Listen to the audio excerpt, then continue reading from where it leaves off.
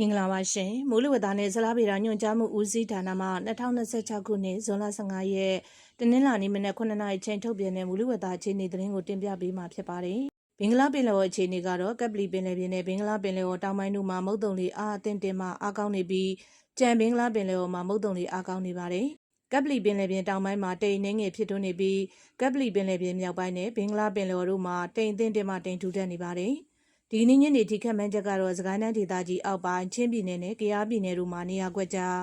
မန္တလေးတိုင်းဒေသကြီးမကွေးတိုင်းဒေသကြီးနဲ့ရှမ်းပြည်နယ်မြောက်ပိုင်းနဲ့ရှေ့ပိုင်းတို့မှာနေရာကျဲကျဲတနင်္သာရီတိုင်းဒေသကြီးနဲ့ရှမ်းပြည်နယ်တောင်ပိုင်းတို့မှာနေရာစစ်စိတ်နဲ့ကြံတိုင်းဒေသကြီးနဲ့ပြည်နယ်တို့မှာနေရာနဲ့ပြမိုးထချုံရွာပြီး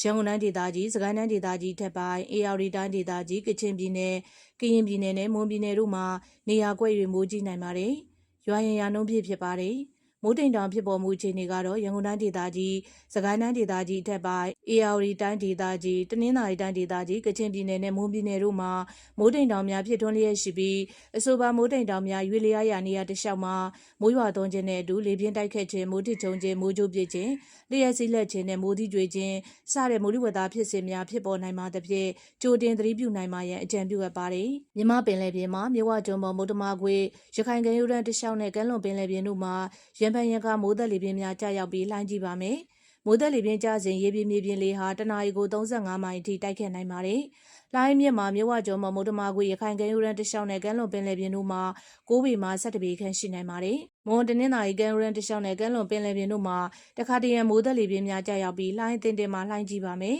။မိုးသက်လေပြင်းကျစဉ်ရေပြင်မြေပြင်လေဟာတနအီကို25မိုင်မှမိုင်30အထိတိုက်ခတ်နိုင်ပါတယ်။